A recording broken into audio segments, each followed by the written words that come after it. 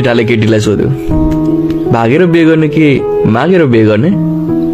केटीले भने, हामी धेरै गरिब छौँ, मेरो बुवाले बिहेको खर्च धान्न सक्नुहुन्न र म मेरो बुवा आमाको धेरै सम्मान गर्छु, त्यसैले मर्छु तर भागेर बिहे गर्दिन। तर तिमी मेरो बुबा आमासँग कुरा गर्न सक्छौ, अगाडि उहाँहरूको इच्छा, त्यसमा मलाई कुनै समस्या छैन। मलाई दाइजो चाहिएको होइन। तिमी भन्छौ भने म तिम्रो बाबा आमासँग कुरा गर्छु। केटा केटीको घर जान्छ र बिहेको कुरा गर्छ। केटीको बुवाले भन्छन्, मसँग 1000 रुपियाँ मात्रै छ, यति पैसाले कसरी बिहे गराइदिउँ? केटाले भन्यो, बिहे 1000 मा पनि हुन्छ, म भोलि आउँछु मेरो परिवारलाई लिएर। अर्को दिन केटा आफ्नो परिवार सहित आउँछ अनि सबैजना उसको गाडीमा बस्छन्। केही अगाडि गएर केटाले मिठाई पसलमा गाडी रोक्छ। केटीको बाउलाई 1000 को मिठाई किन्न भन्छ।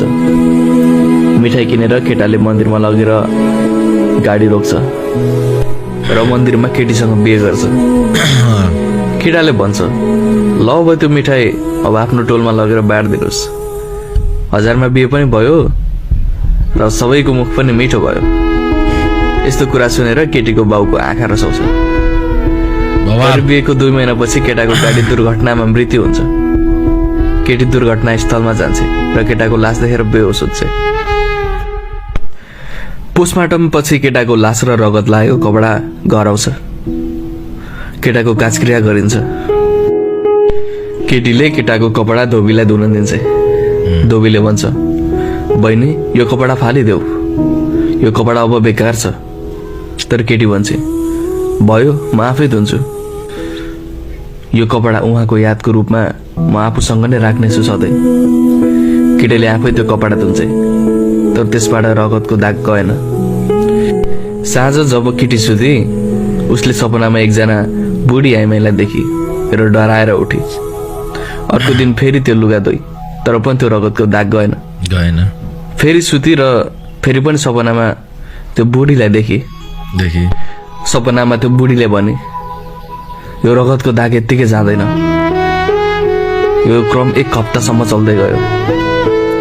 केटीलाई अब सुत्न नै गाह्रो भइसकेको थियो।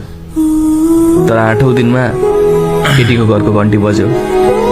केटीले ढोका खोली र डरले एकदमै जोडले चिच्याए। त्यो सपनामा आउने बुढी उसको अगाडि थिए। बुढीले भने, नडराउ नानी, म जान्दछु कि तिमी त्यो कपडामा भएको रगतको दाग नगएर चिन्तित छौ, तर त्यो दाग यति सजिलै जानेवाला छैन, किनकि तिमीले साबुन नै गलत प्रयोग गरिरहेकी छौ। केटीले उक्त कपडा साबुनले धुँदा रगतको दाग सबै गयो। त्यसकारण जस्तो सुकै दाग हटाउनको लागि पूजा साबुनको प्रयोग गरौ। सुरुमा मेरो पनि दिमाग खराब भएको थियो जब कसैले मलाई पठाएको थियो।